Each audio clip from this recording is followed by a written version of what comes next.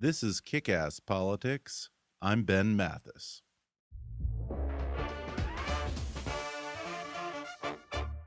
Hey folks, just a quick announcement. We're in the midst of a very important fundraising drive to come up with all of our production costs for 2016. If you like Kick-Ass Politics and you value what I'm doing here, then I hope you'll go to gofundme.com/kickasspolitics and donate what you can. It's vital that we fund our production budget for the coming year so I can focus my energies on the content side of Kick-Ass Politics and keep producing new episodes for you every week. So be a part of what I'm creating here. Just go to gofundme.com/kickasspolitics or hit the donate button on our webpage at kickasspolitics.com. Thanks in advance, folks, and now enjoy the show. Hi, I'm Ben Mathis, and welcome to Kick-Ass Politics.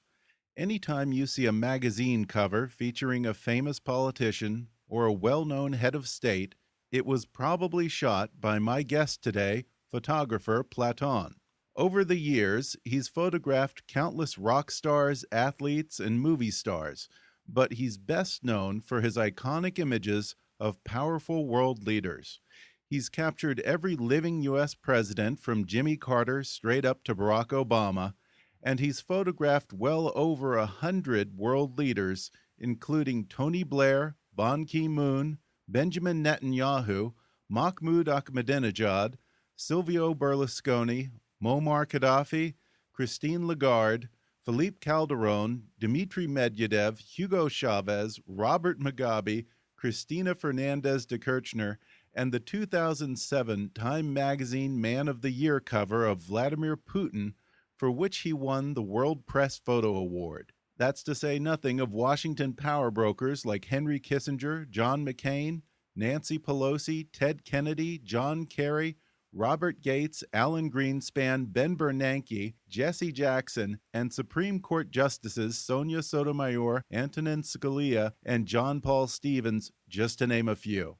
His work has been featured on 20 Time magazine covers, as well as GQ, Newsweek, Rolling Stone, Vanity Fair, Esquire, New York Times Magazine, Wired, and Texas Monthly.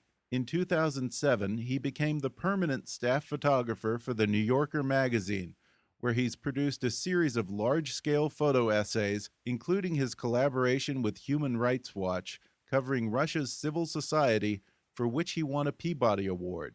That led to Platon's founding of his own nonprofit called the People's Portfolio, which aspires to create a visual language to break barriers and enlist public support for human rights around the world. On today's podcast, he'll reveal some of his secrets for getting the most powerful people in the world to let their guard down. He'll talk about photographing Vladimir Putin as the most intimidating experience of his life, and that now infamous cover photo of Bill Clinton for Esquire magazine. Plus a whole lot more with legendary photographer Platon coming up in just a moment.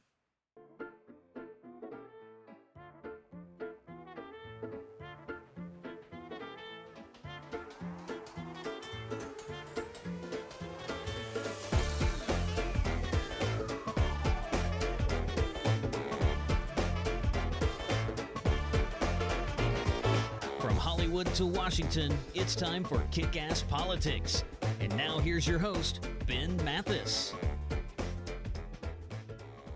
When you walk past your local newsstand, you will probably see his work on the cover of magazines from Time and Esquire to Rolling Stone, GQ, Wired, and The New Yorker, where he's been the staff photographer since 2008.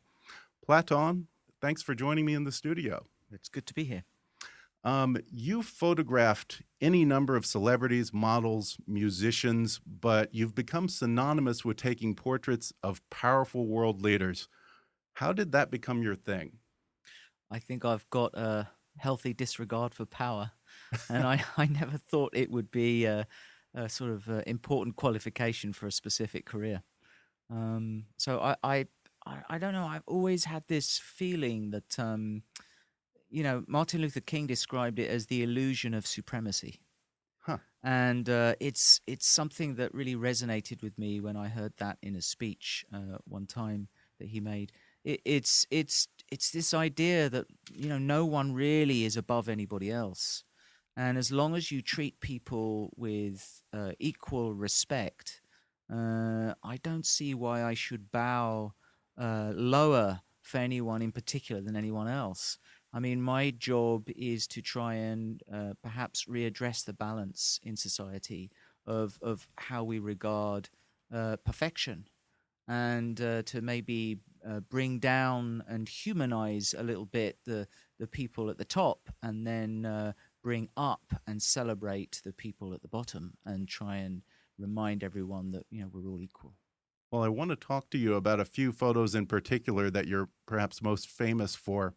And we'll make this interactive for the listeners with your permission.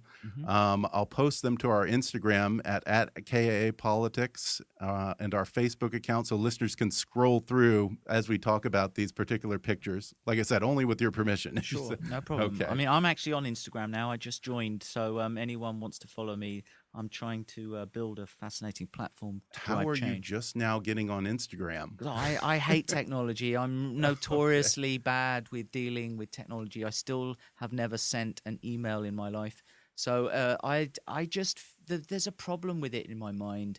It's so liberating. It's such an amazing new revolution we're going through. But it's in danger of robbing us of a certain freedom, ironically. You don't look up anymore. Everyone's looking down at their phone constantly. No one has a moment of reflection. And something that George Clooney said to me quite recently when I was taking his picture, which was really interesting. He said that we have more information at our fingertips than ever before, more connectivity than ever before, and yet in many cases we seem to know less. And if you want to get the news, you're probably going to go to a source online that's going to confirm what you already believe. So that means we might be in danger of being trapped in our own echo chambers. So, this idea... Especially on Facebook and Twitter. Yeah. So the idea of the shared experience is rapidly diminishing, ironically.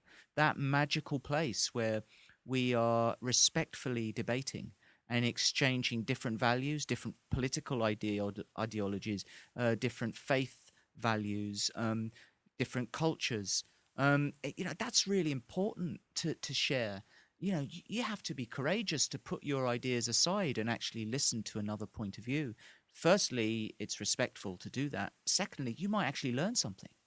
And I think as an eternal student, perpetual student, my job is always to be the guest in someone's home, and that's how you learn. And so I know what I know, but what I don't know is what you know, and I think that's much more interesting. I actually tend to watch the news channels that necessarily aren't aligned with my values because I don't want to be in an echo chamber all the time where I just hear the same thing. I want to know what else is going on out there. I mean, you're absolutely right. I mean, my job is to tear down those echo chambers and to provoke. I mean, I've been taught to be a cultural provocateur, and I do believe that it's time more than ever to focus on the things that actually unite us, rather than to focus on the things that we think divide us. We all actually have a lot more in common than we ever expected, and yet somehow we choose to ignore all those things, and we're all focusing on the tribal ideologies that separate us. This is what you believe, so you're over there, and I'm over here. And I think that's, look at what's going on with the election now. Election years are always, a bit tempestuous, but it should be about different ways to get to the right solution that we all agree on. Problem is, we all seem to disagree on what that right solution is at the end. It should be a universal idea of fairness, justice, truth and righteousness. I mean, that's what we all strive for in society, and we all share that value. And yet we seem to be putting that aside. And I think that's really a tragic situation for an incredible democracy like America. Yeah, and since you're a provocateur, let's look at some of your provocative photos and talk about them. you know, and like I said, folks, if you want to go on Facebook or Instagram, you can scroll through as we're talking here and look at them yourself, because it's kind of hard to do a visual medium on a podcast. So this first one is of Barack Obama before he was elected president. And then you also have one of him afterwards when he was president. Talk about those shoots. You know, it was the color image was taken 1 hour after he announced he's running for president. So, you know, it was the beginning of plotting the journey of power. And, you know, it was a time at the beginning of that election campaign where there was all this incredible charisma and great skill in public speaking that he had. And it seemed to fit the bill perfectly for it was like the solution we all hoped would come to America's problems. And you know, I remember saying to him, you know, Mr. Obama, my mum thinks you're fantastic and she hopes you make it to the White House. And I remember he leaned forward and he said, "Tell your mama I said hi." And it was just a fantastically American moment for me as an Englishman to sort of have that exchange. But the other picture is actually the real Obama. And, you know, I think he's much more cautious than we all expected as a politician. He seems to like to weigh up all the options in the room before he makes his final decision. And in many cases, he's been criticized for that. I remember he was reading a self-help book back in those days, and it was called, to my knowledge, I seem to remember it was called "Be Quiet, Be Heard: How to Raise Delicate Issues with an Opponent and Still Find Common Ground." Essentially, how to compromise. And I think that's kind of interesting that perhaps, I mean, I see things in a simplistic way. I'm certainly not an intellectual, but to me, these are the clues that I discover on my journey. And sometimes they seem to make sense when you look back at recent history. Well, the next photo is one of his predecessors, one of your most famous or maybe even infamous photos. We have Bill Clinton in full man spread. How did that come about? Now, did you ask him to pose like that, or was that his idea? You know, so much has been read into this picture. I don't really know what to say. You know, it was my first president. Some say it should have been my last. I'd never come into contact with that kind of power level before. The magazine wanted me to do a nice dignified headshot. They knew I shoot with this sort of exaggerated sense of perspective. Right, you use a wide-angle lens, close up a lot. I mean, for me, it's not a gimmick, you know, it's body language, and it's how I see people. You know, my job is not to create a perfect picture that everyone's pleased with. My job is to give you the feeling of what it's really like to meet someone. So I'm interested in the humanity of it, the connection.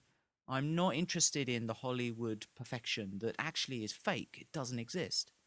So I shoot from the hip. You know, I shoot sometimes from a low perspective. If you get this feeling of being overwhelmed with someone's charisma or even someone's authority, then that does something to you. And as an artist, my job is to try to make you feel what I feel when I'm in these people's presence.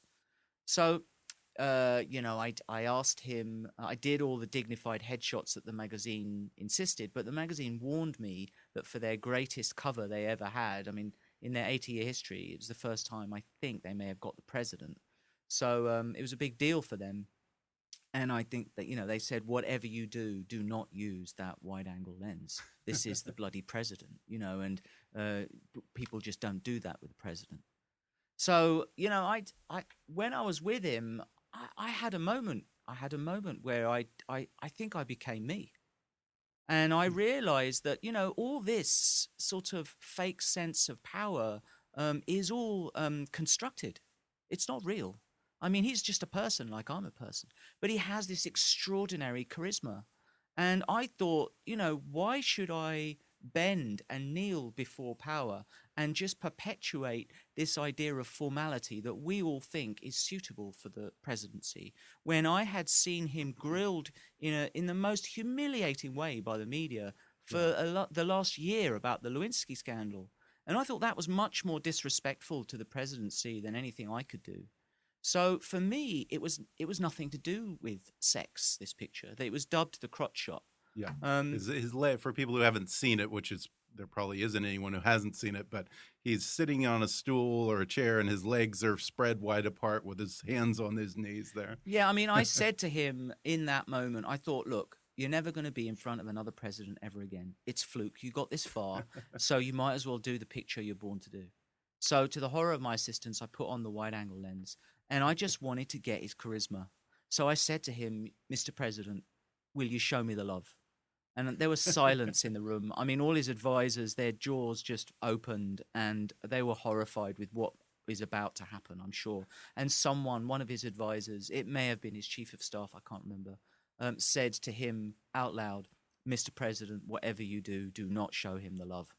With the sort of caveat that we've had enough love in this administration. Right. Well, Clinton got it, though, and I remember him saying, I know what he means. I know what he wants. And so he put his hands on his knees and he gave me the Clinton charisma. It wasn't a picture about sex at all. It was a picture about this man's majestic sense of charisma that is just unstoppable. Irrespective of what your political views are, it's undeniable that this guy connects with people.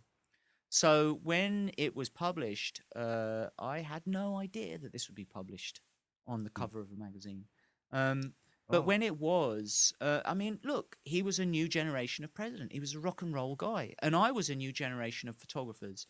I didn't really grow up admiring this sort of Hollywood 1980s leftover sense of perfection. For me, I wanted the truth. All my favorite movies were gritty. Martin Scorsese's Taxi Driver. Yeah. I shoot from the street. So for me, I wanted to show what it was really about. And I remember Larry King did an hour's show on this, if I remember rightly, and he invited Bob Woodward on one photo. And that's how I I was watching it live, and I was, shocked as I heard Larry King rant and rave saying, this is disgusting that we show our president in this lurid sexual way. And Bob Woodward, analyzed the picture as well. And he said, it's all about sexuality. The hands are big, the legs are spread, the face is smiling, saying, I got away with it. And the tie is an arrow, he even claimed. All those intellectual guys, they just don't get it. A while later, after this came out, I had so much criticism that I became the guy that demonized the presidency, that did this sort of it turned into a sex picture. And I remember walking home from Harlem one day, and I passed an old barber shop, and I felt so depressed that this was my chance to make it in America, and I had screwed it up. And I passed this barber shop, and in the window they had 3 pictures on the wall. One was JFK from the 60s. One was Martin Luther King. And the third one, they had just cut out my picture of Clinton and put it in the frame. And then I realized something really powerful. It came to me that I'm not doing this for the intellectuals. I'm not doing it for the power system. I'm not doing it to win awards. I don't give a damn about all that. What I'm doing it for is to give the people an icon to provoke respectful debate. And this is an incredible country. We have this thing called democracy, and we need to exercise it. And this picture summed up the times. In America, we had a balanced budget. There was good employment figures. So, our economy was in great shape back then.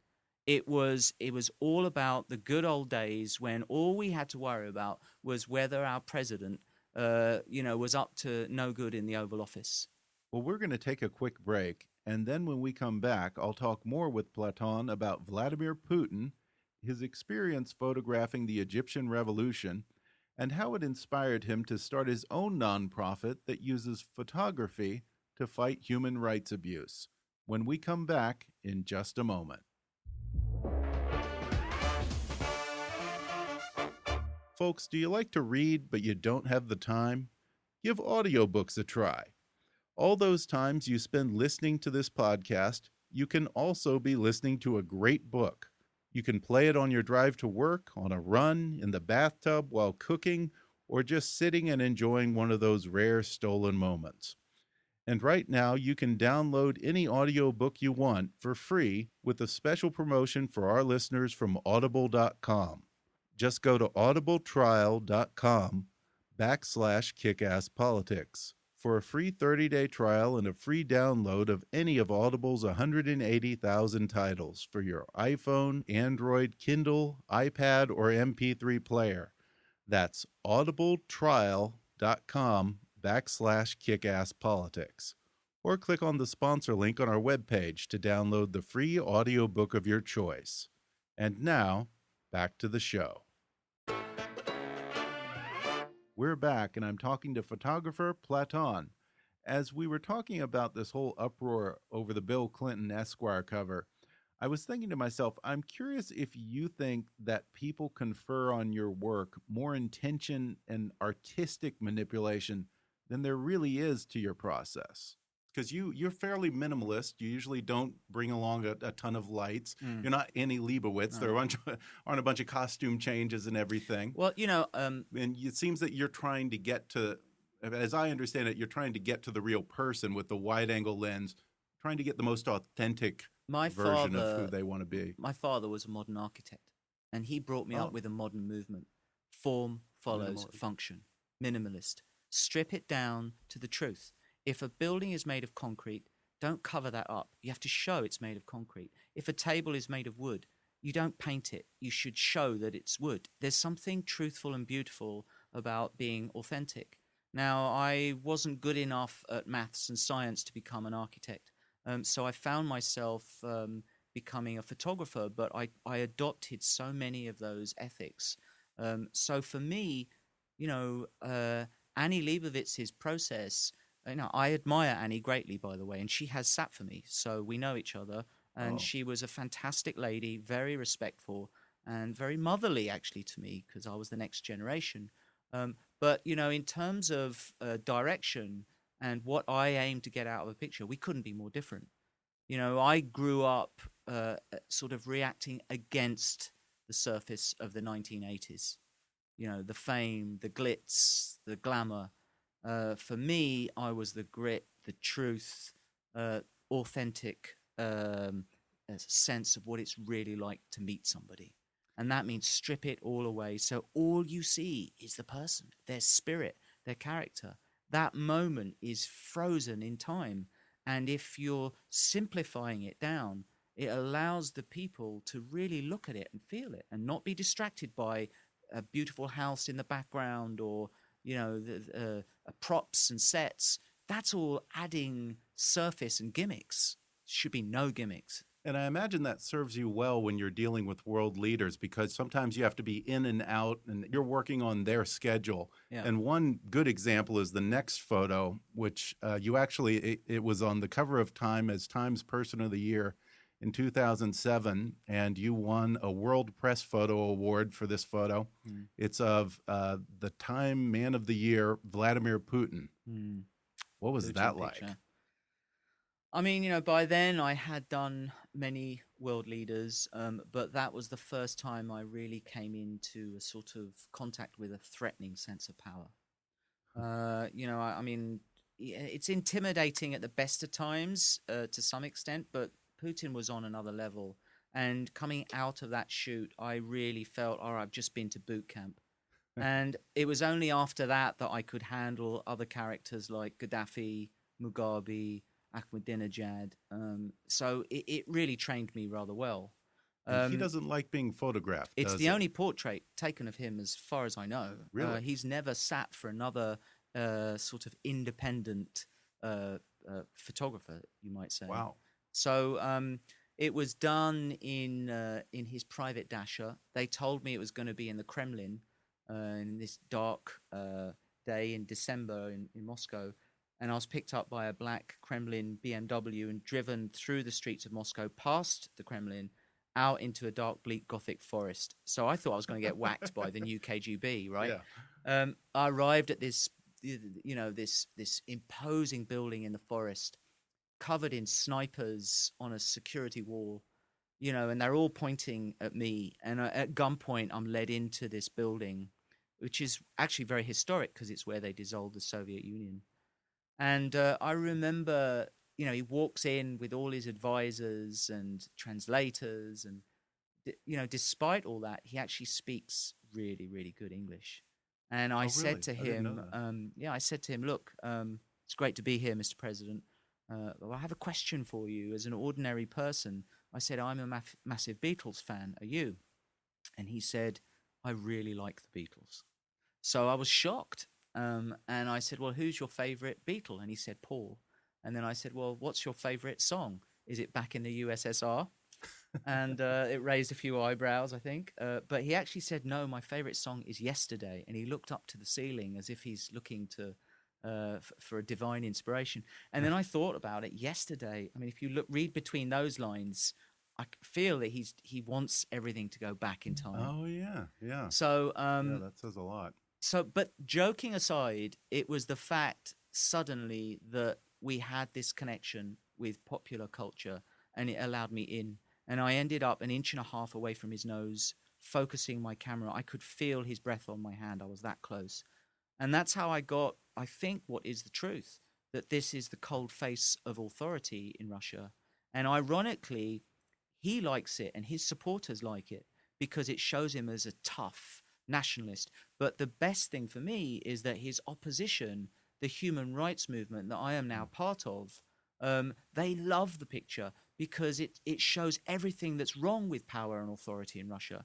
And it's become their banner, and they use it in flags and demonstrations throughout Russia, driving for change. Now, that's again the award for me. It goes back to the people, and it gives them a flag to wave to say, these are the times we live in. And this is either what's right with the times that we fight for or what's wrong with the times that we fight against. And people need sometimes a song, if you look at Dylan, or sometimes people need an image. And images have stopped wars. I mean, it was that image of the napalm little girl that helped end our involvement with the Vietnam War, because people saw something that it's frozen for life and it becomes an icon to drive change. So in many cases, the Putin picture has become one of those strange pictures that it actually it gave people something to really think about. Yeah, because you had the Time picture, which was on the cover of Time magazine, that's a close-up, and then there was another photo that people kind of called the mafia gangster pose, where he's very menacing and sitting in a chair. It's like a three-quarter shot of him there. Look, he's clearly, intimidating in that one. Clearly, very. I am not an intellectual, right? And certainly, whenever I'm I wouldn't say that. no, but when I'm in the New Yorker offices, for instance, I'm always the dumbest person in the room. But here's the interesting thing, and I do love sparring with the intellectuals, right? And the picture of Putin as a gangster, as you call it, I call it the performance of power. It's this almost the same composition as Clinton. Now, it is. I've noticed. Yeah, no I see intellectual has ever said, but it's the same picture. They see the Clinton thing about sex, and then they see the Putin thing, and they refer to it as a power or gangster image. Now, it's the same picture. It's almost the same colors, the same pose. The tie is still an arrow, if that's what you want to think of a tie is. But no one says that Putin is about sex. Yeah. So what that means to me is that you are reading into the picture what you feel in your mind. And it's not necessarily what I see in my mind. What I see is what I experienced on the day. And even though technically it's a very similar picture, the feeling you get from those two guys couldn't be more opposite. One is seduction, charisma, and the other one is cold authority at all costs. And yet it's the same construction. Yeah, I mean, they really are. I thought about saying that, but I didn't want to accuse you of being redundant. So, I'm very aware of all my inadequacies, believe me. The last photo that I want to show you is from the uprising in Egypt and the Arab Spring. You spent some time in Tahrir Square taking photographs, and there's this photo. I'll let you explain this because I think it speaks for itself. I had to build my platform. I had to earn the right to have this position in the media. But once I'd got there, you have to look at yourself and say, all right, you can't just keep notching up the bedposts with all your victories. At some point, you have to do something with the platform that you built. And I care deeply about human rights and civil rights and what is fair and what is not fair in society. And although I never preach a political point of view or even a moral point of view, by giving you images that are provocative, it empowers society to debate. And only through respectful debate can we come to those good solutions. So I got involved with human rights. I started collaborating with Human Rights Watch. I formed my own foundation called the People's Portfolio. And my job now is to create a new set of cultural heroes, people who are not promoting a fake perfection that intimidates us, like perhaps Hollywood or politics does, but people who actually inspire us with their courage in the face of great challenge. So I went to the middle of Tahrir Square when the Egyptian revolution was in full swing. And I photographed all the ordinary men, women, children, elderly people who came across the board to all fight for something they all had in common. And that's human dignity and freedom. So there was this one kid, his name was Remy, beautiful, handsome guy.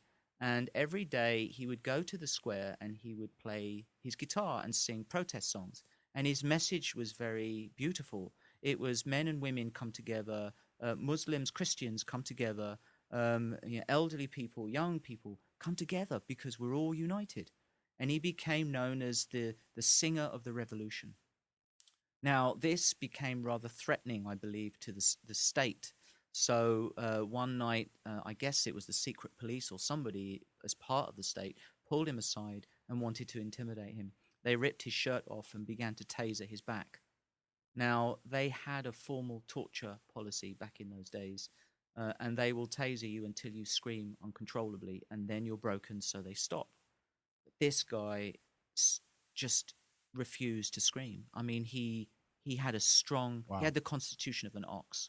So his silence meant that there were no breaks. So they kept on going until his back caught fire. Oh, my God. And he nearly died. He was rushed to hospital. And 3.5 weeks later, he was released. And instead of going home to rest, he came to the photographer in the middle of the square, which was me. And he arrived on set, and I asked if he would show me his back. He took his shirt off, and they took the bandages off. And I burst into tears because I have never seen flesh hurt in that way up close. And I held his hand and I said, "My dear friend, I'm so sorry what happened to you. You know, the marks on your back are awful, and nobody should ever hurt another human being in this way." And he said, "My dear friend, never feel sorry for me because I wear these marks with great pride. You see, it's evidence I stood for change." And he said, "The more they hurt me, the stronger I became. But I've come for your help," he said. "I want you to photograph me not as a victim, but as a victor." And so we did this picture together. A powerful photo. And it actually became the poster for the revolution because it gave a lot of people courage to say that this is what happens to us. But if this guy can take it, maybe we can too. Now, you mentioned your foundation, the People's Portfolio. What's the idea behind it? What do you want people to do? Is it a call to action that's implied with these pictures? I think the media is in great trouble with disruption online. And I think that, traditional media is really struggling for their readers, their loyal supporters. So I think their budgets are down. Their readership is getting very fluttery. So they don't want to provoke them too much. They certainly don't have the money to invest in big stories as they used to. So I got fed up with waiting around to try and persuade my editors to take on a story that I think is important. Conversely, you've got all these NGOs around the world who do amazing work, but they don't know how to do storytelling, mainly. So that's not part of their mission. So there's a big gap between the real stories that are happening and we as a society are not being informed. So I decided as a communicator, as a storyteller, to use the skills that I have to put them to good use and become the bridge builder. So I raise my own money now. So that makes me completely independent because I now know a lot of wealthy, powerful people. And I collaborate with my friends in the NGO world. They give me the stories, the statistics. I humanize them, bring them to life. So it's no longer a number. It's now a little girl. It could be your little girl. And that's the key. if you see yourself in these stories, then you're moved to do something. But if you don't see yourself in numbers and figures, then it's easier for you to turn away and think this is not relevant to my life. So without pointing fingers, without making you feel guilty, I want you to be inspired by these people's courage, because it takes a lot to stand in the face of adversity and keep your dignity. And that's what I'm fascinated by. It's that heroic it's a great moment. idea. So it's working, and I'm now giving the stories back to the media for free. So that because they can't afford them anyway. Yeah. And it's working. My thing is just get the stories out. Terrific idea, and it's a great foundation. Before we go, do you have a white whale, someone you're dying to photograph that you've never gotten? There are so many. The Queen would be nice. You better hurry up. I know, and I am on the list, but that's all I know. That's how the palace operates. But there's always the bad guys that I'm always trying to negotiate. Edward Snowden took me over a year to build trust with his people. It took me a year and a half to win over many heads of state at the UN. So it takes a long time, and your reputation is built on you sort of not taking shortcuts and going for the instant hit, but to actually persuade people that you mean serious business. You're here not to point fingers, but to just tell the truth. And so the negotiation is always ongoing. But the exciting thing is that I never really know what's going to work. And it's a constant mixing with Hollywood's elite, the power elite, and then being in the front line of some very, very severe stories around the world where it's very dangerous. And I'm very privileged to be in that position. Well, I know that you have to go. You have a speech tonight. Before we go, not to sound like a fanboy, but can I ask, would you take a selfie of me? How can I take a selfie of you? Okay. With you? A photo with my phone. I can do that. Oh my God. I totally thought that you would say no. I am so insanely I'll honored. do it. Right. And so you're going to hear how this works on a Platon shoot. Right. Chin up a bit. Okay. There you go. Chin down a little bit. That's a little bit Putin. You want to be careful. All right. Got it. Got it in one. Oh my God. That was amazing. Okay, folks. A limited edition numbered prints will be on sale for $6,000 a piece on Monday. Limit and all 3 the per proceeds customer. are going to my foundation. Thank you so I much. can honestly say this has been the best platonic relationship I've ever had. Platon, thank you so much for coming on the podcast. Thank you. Fight the power. Thanks again to Platon for coming on the show. You can view his work every month in the New Yorker magazine or at platonphoto.com or on his Instagram at Platon. That's Platon. Also, you can donate or find out more about his work to combat human rights abuse by visiting his foundation, The People's Portfolio, at thepeoplesportfolio.org. Don't forget to subscribe to Kick-Ass Politics on iTunes, and please recommend Kick-Ass Politics to your friends on social media. And if you really want to help us out, then donate to our GoFundMe campaign at gofundme.com/kickasspolitics, or go to our website and click on the donate button. You can follow us on Twitter at @KAPolitics, or visit Kick-Ass Politics on Facebook. And as always, I welcome your comments and suggestions at comments@kickasspolitics.com. On the next podcast, I'll talk with Democrat pollster and Fox News political analyst Doug Schoen about his new book, The Nixon Effect: How Richard Nixon's Presidency Fundamentally Changed American Politics. For a Democrat, he has surprising praise for what he describes as probably the most accomplished and maybe even the most liberal presidency of the past century. And he offers insight into how Nixon permanently drove both parties to their extremes and pioneered tactics that have now become indispensable to modern politics. Coming up in the next episode with Fox News political analyst Doug Schoen. But for now, I'm Ben Mathis, and thanks for listening to Kick-Ass Politics.